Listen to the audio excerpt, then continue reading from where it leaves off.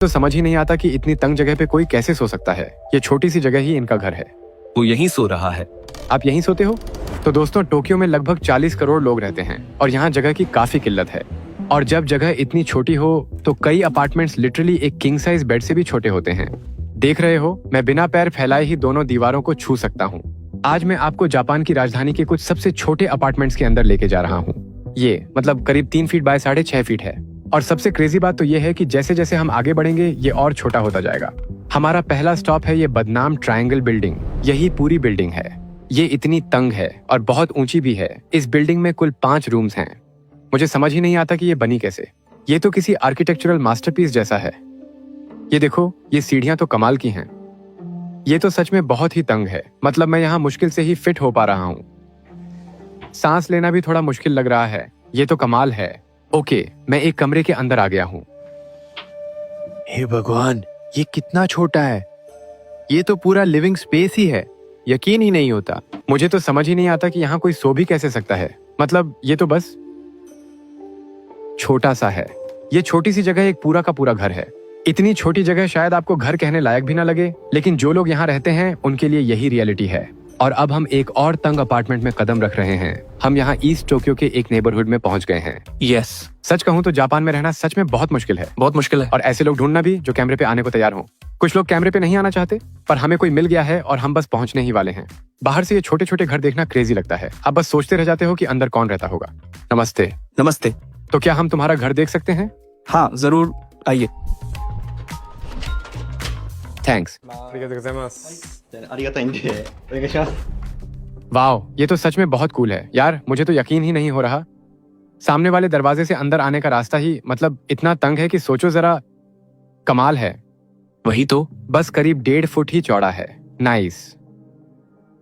Wow, कैसा लगा? तुम यहाँ कैसे रहते हो? 座ってるのは基本的にこの携帯で作業するときはここで見たりとか。 तो आमतौर पे वो अपना सारा काम, जैसे फोन पे काम वगैरह, इसी चेयर पे बैठ के करता है। शायद वो यहाँ इसे लैपटॉप्स वगैरह के लिए इस्तेमाल करता है। हाँ, तो ये मतलब उसका मेन वर्क प्लेस है। तुम क्या करते हो? 仕事は雑貨屋さんで PR。 ये PR में काम करता है। मतलब यूनिक आइटम्स या अलग अलग प्रोडक्ट्स के अच्छा। कैंपेन्स के लिए।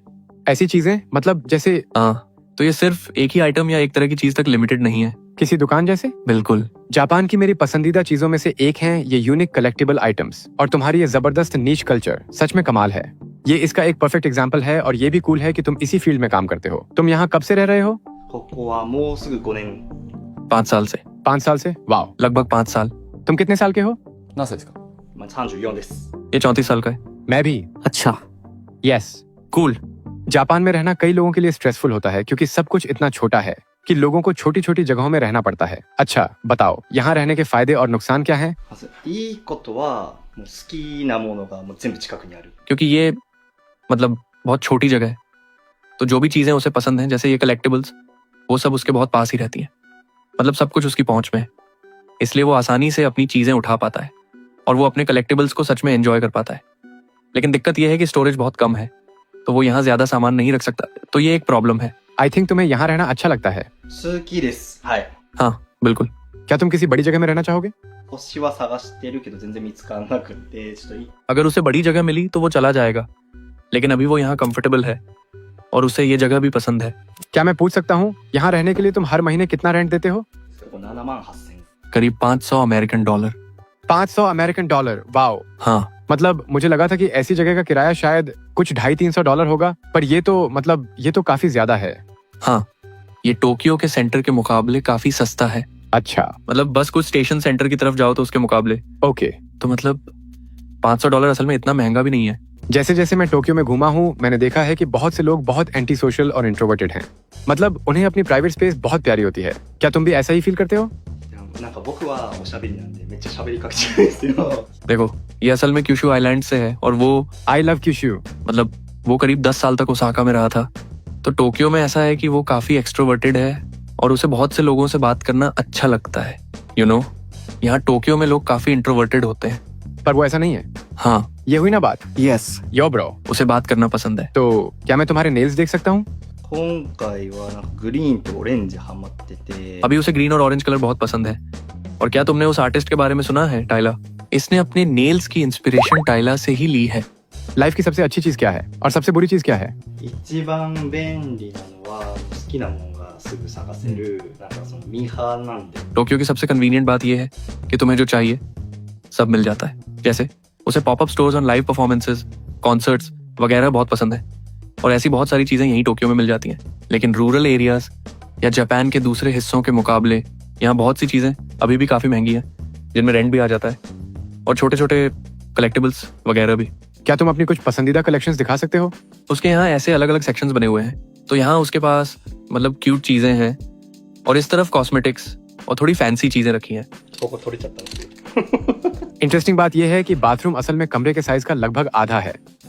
बाथरूम इतना भी छोटा नहीं है। हाँ, मतलब ये सच में मतलब साइज में ठीक है। मतलब एक नॉर्मल साइज का बाथरूम है। तुम्हारा बाथरूम बेडरूम का आधा है। でもお風呂は好きやからなんかお風呂は अच्छा, तो उसे अपने शावर्स बहुत पसंद है। मतलब सच में? शावर्स? हाँ, शावर्स। जापान में भी ऐसे टॉयलेट्स होते हैं जो मतलब अपने आप ही साफ हो जाते हैं। सही कहा, ये तो यहाँ हर घर में होते हैं। मतलब ऐसे टॉयलेट्स? जी, ये बहुत कन्वीनियंट होते हैं। टॉयलेट इस्तेमाल करने के बाद क्या होता है? कुछ लोग मतलब बस ये बटन दबा देते हैं अच्छा, या ऐसे, और ये पानी स्प्रे करता है सीधे पीछे की तरफ।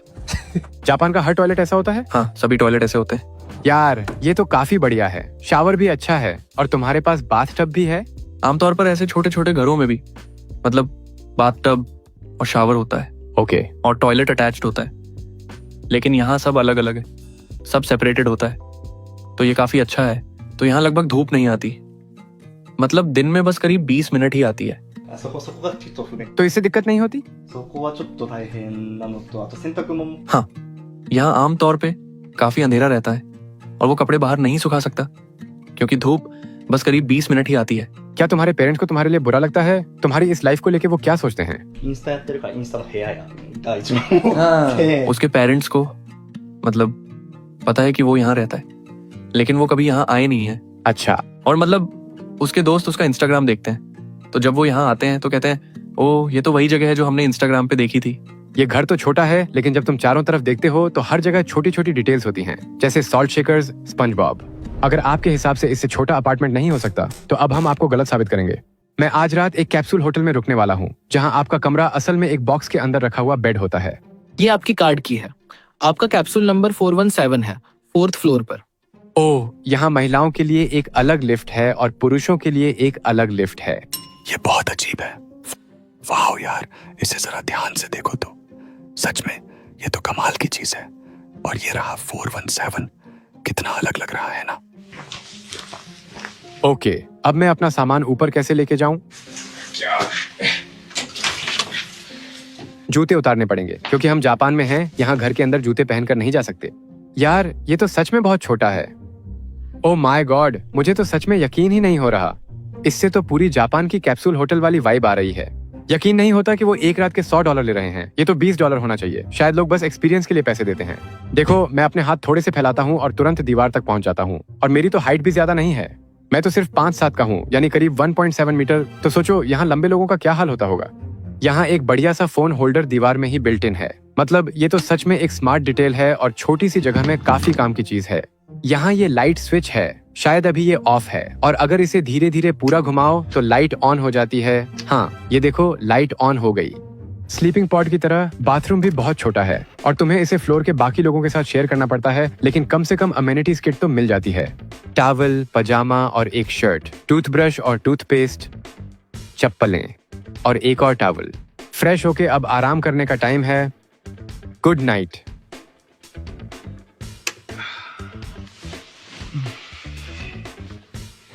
ओके, ये सोने की थोड़ी अजीब सी सिचुएशन है क्योंकि यहाँ हर तरफ तारें ही तारें लटक रही हैं और मुझे यहाँ थोड़ी घुटन भी हो रही है, पर चलो इतना तो चलता है। पर मतलब जरा सोच के देखो, अगर यहाँ कोई पास में हो और तुम बस यूं खटखटा दो तो लोगों को कितना गुस्सा आएगा। और अगर तुम खर्राटे मारो तो जब मैं टोक्यो में घूमता हूँ तो मुझे ये क्रेजी एहसास होता है कि यहाँ सब कुछ ऊपर ही होता है। जब आप किसी बिल्डिंग में जाते हो और सुपरमार्केट जाना हो तो सामान ढूंढने के लिए आपको 5वें या 8वें फ्लोर तक जाना पड़ता है।